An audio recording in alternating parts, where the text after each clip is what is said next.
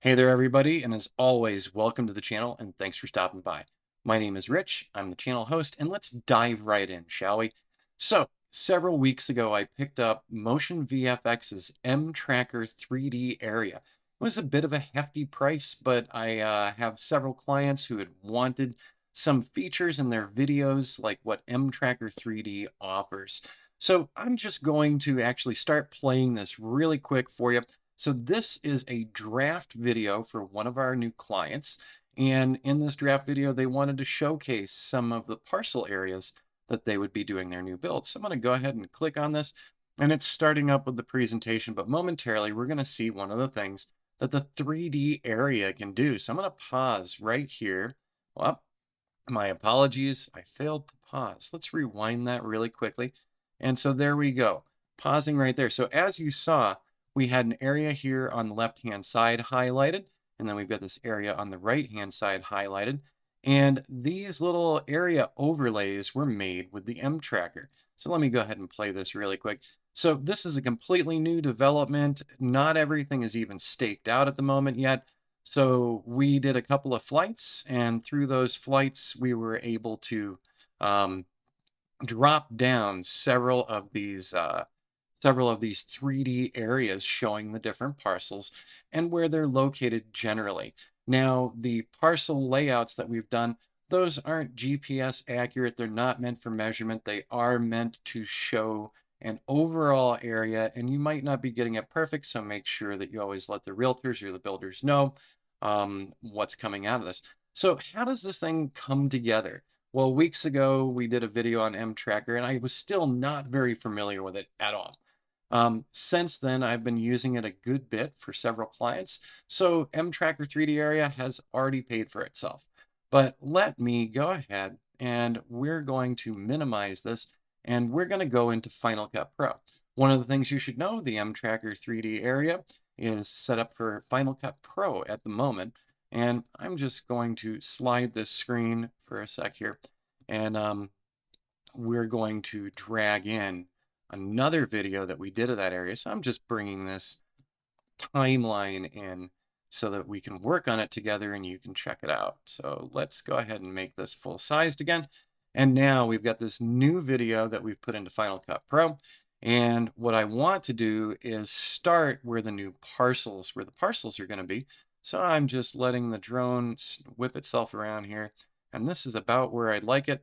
And I'm going to use the blade tool here, so the B key. If you are not familiar with Final Cut Pro, we do have a small series here on channel covering basic video editing with Final Cut Pro. So that's one of the playlists here at AZ Drone. We're going to take that one on the left and we're going to go ahead and delete it. So now we have our timeline as it's going along all of these different parcels here. So this grouping of parcels is like numbers 41 through 50, I believe, or 54. A couple more going right in here. We're not going to deal with all these because this does take a couple minutes of time. But let's go right back to the beginning here. And the first parcel in question is basically right here. So this wall edge to this wall edge, and actually the parcel does drop down the hill further. So what we'd like to do here is actually set up our first parcel. So let's see here, maybe first and second. So that's gonna still be on screen, and right about there, I'm probably gonna have a fade out. So we'll do the first two here. And let's see, let's get it to about. Now, one of the things that you're gonna have to do when you start thinking about doing these tracked 3D areas, you need to figure out where you want to break up your clips. So right here, we're gonna go from 0 seconds to 8 seconds, and we're going to incorporate two clips, site 41 and 42. So I'm gonna take my blade key down here, and I just actually slice that right there. So if we look right in, now we've got this clip and we've got this clip. Let's zoom this back out, and over on the right-hand side, let's go ahead to our video. And so what I'm looking for my plugins is the MTracker 3D. And that's right underneath where I am on the screen right now, unfortunately. What we're going to do here, I'm going to select the MTracker 3D, and I'm dragging it over to that first clip. So now if we look in the first clip, we will notice that we've got a button right here that says track.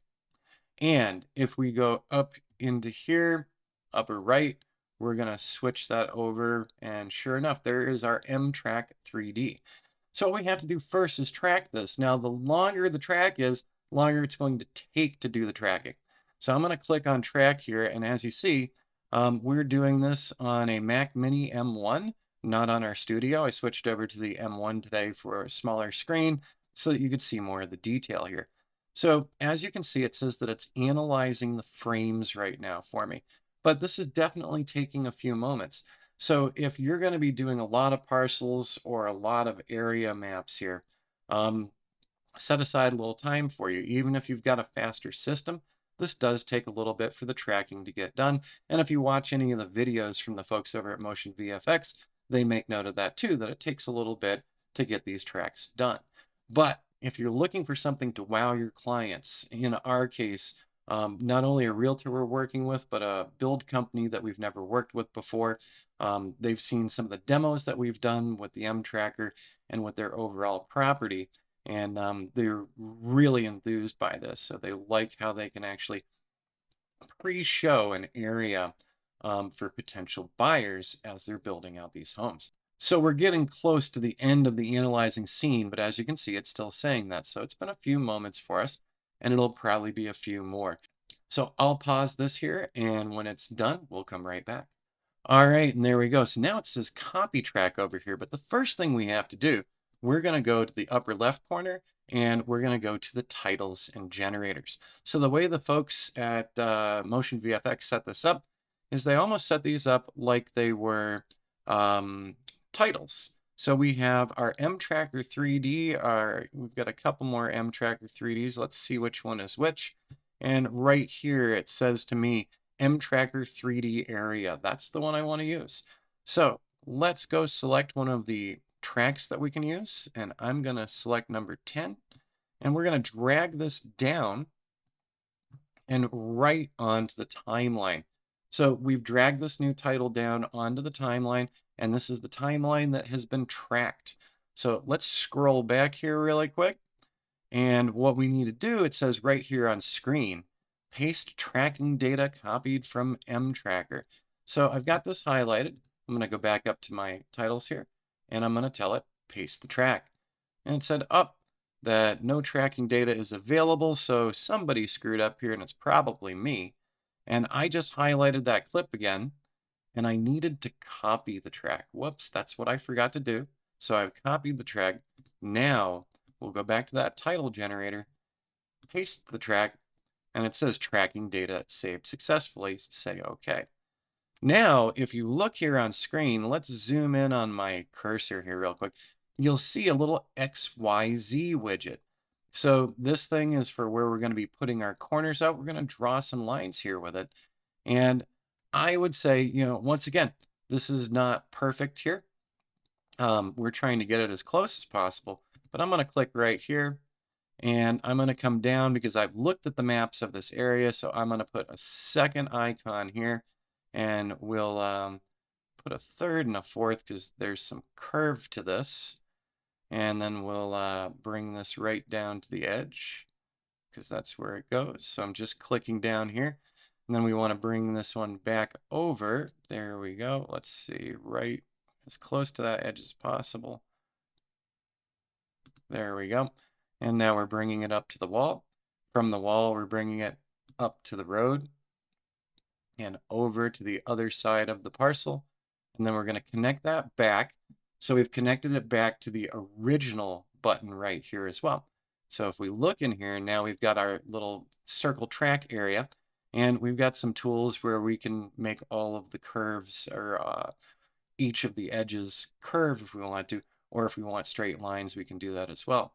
What I'm going to do now, I'm going to go down to my timeline here. There's the timeline real quick. And we're just going to drag across that timeline. And as you can see, look at that. We've got something up. We missed one.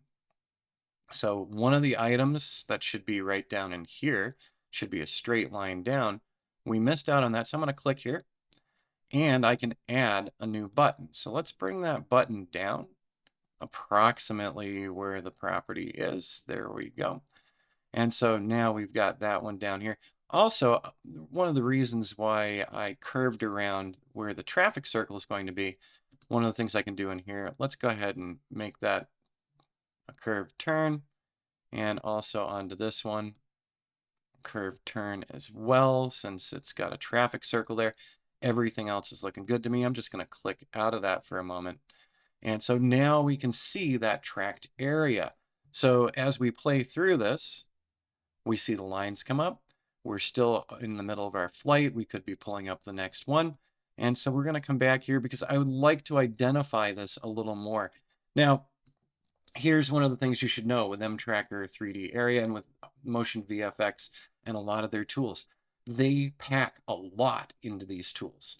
And with saying that, there are a lot of features over here on the right-hand side that you're going to be scrolling through to get everything set up the way you want it set up.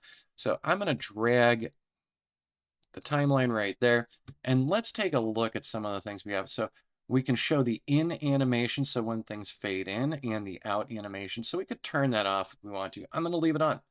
We also have a global scale, so if we wanted to make things bigger or smaller, I'm not going to touch that right now. Global roundness, so that all of these buttons could be round. They're not. There's a lot of straight lines with these parcels, so I'm not going to be doing global roundness, but I will select individual buttons in here um, when selecting for some curves. The line setting right here is the next big thing. So we see our line.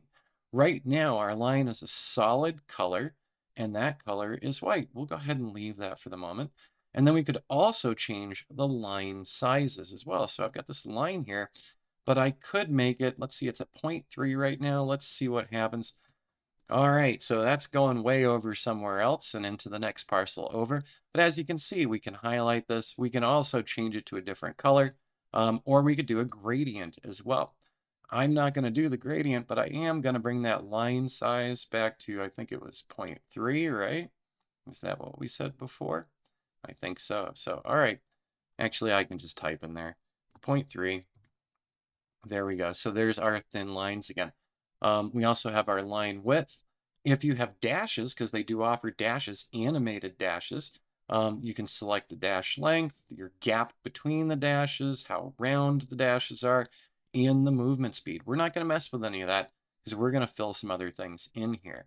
Also, we have shadows. So, we can actually have shadows coming away from the line or from other items. As you can see, lots to cover in here. So I just want you to keep that in your head. Don't get overwhelmed by it. But my suggestion is to do what I've been doing. I practice with it here and there in between other client jobs.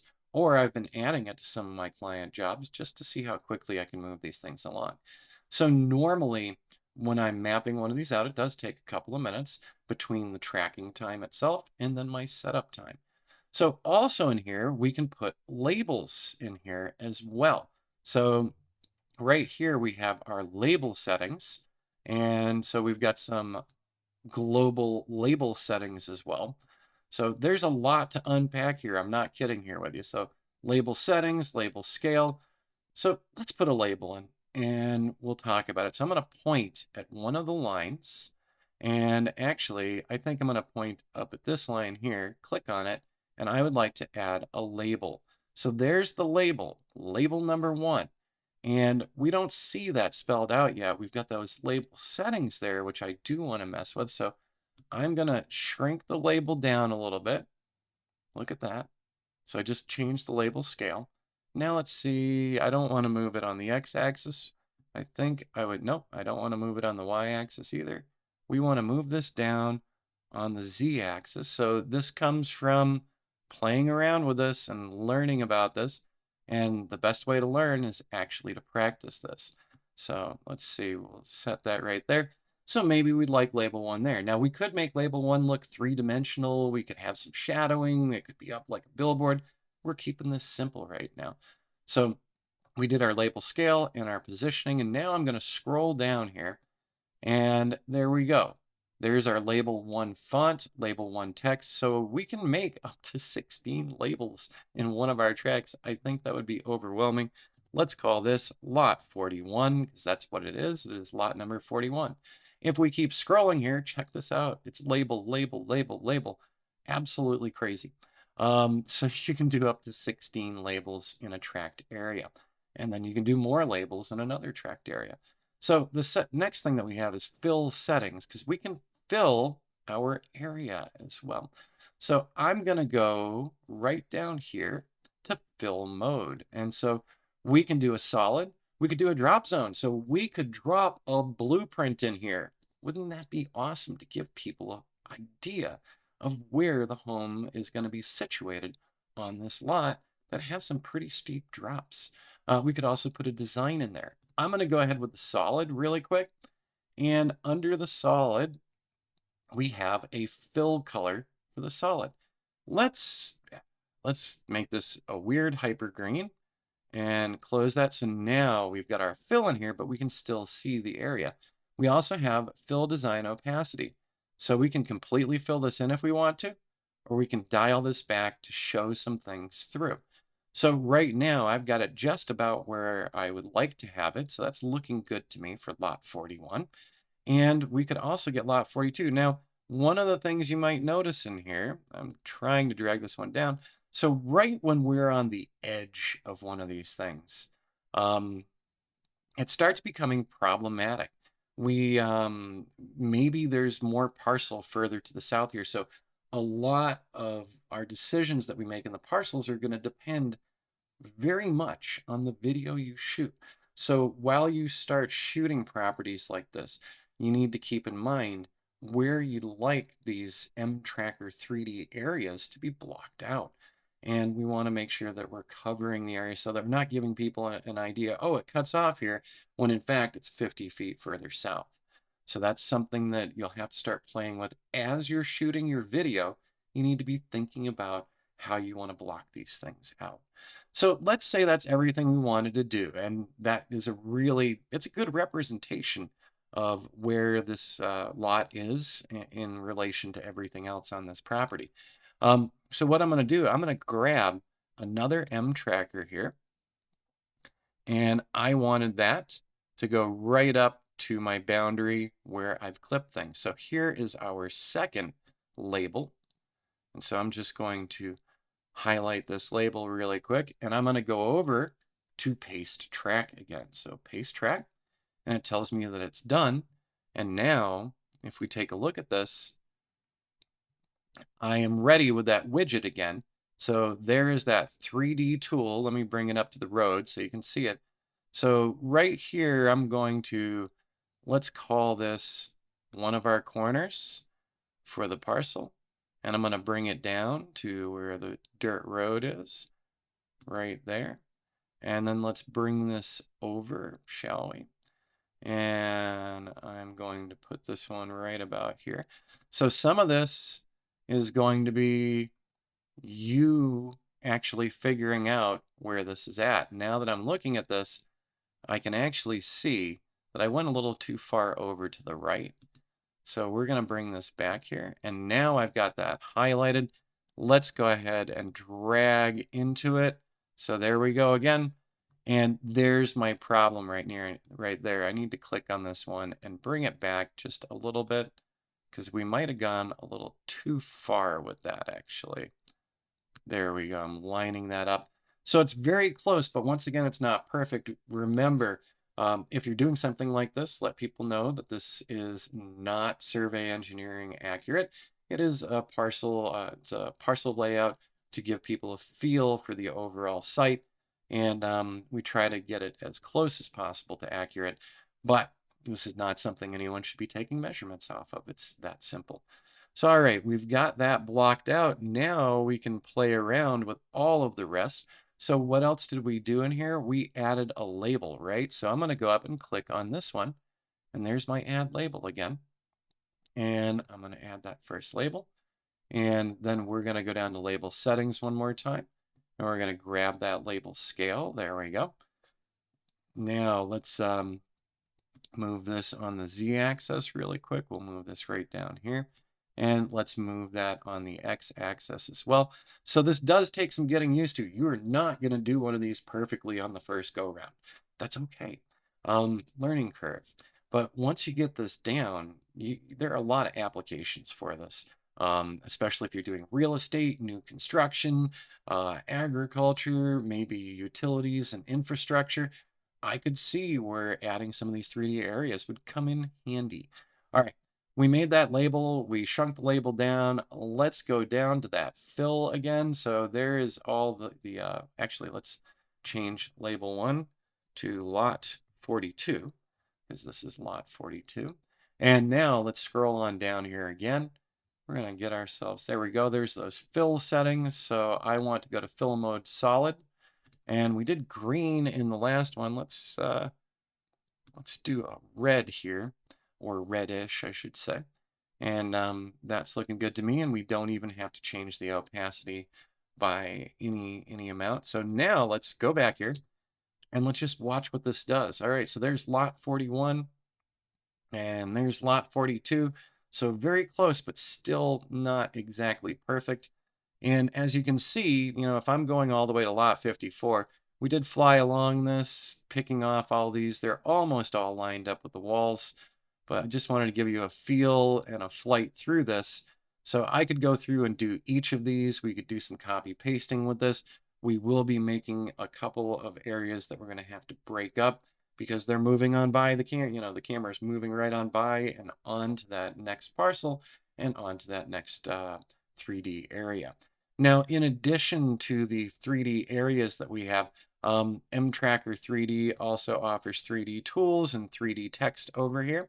So they've got a lot of tools. They've got drop zones for us. So there's a lot more we can do with these. So if you were doing something in real estate, they do have an extended pack. They do have little house icons. Let's see right in here. So they got a home icon right here that we could put in. So there are a lot of options beyond the 3D area.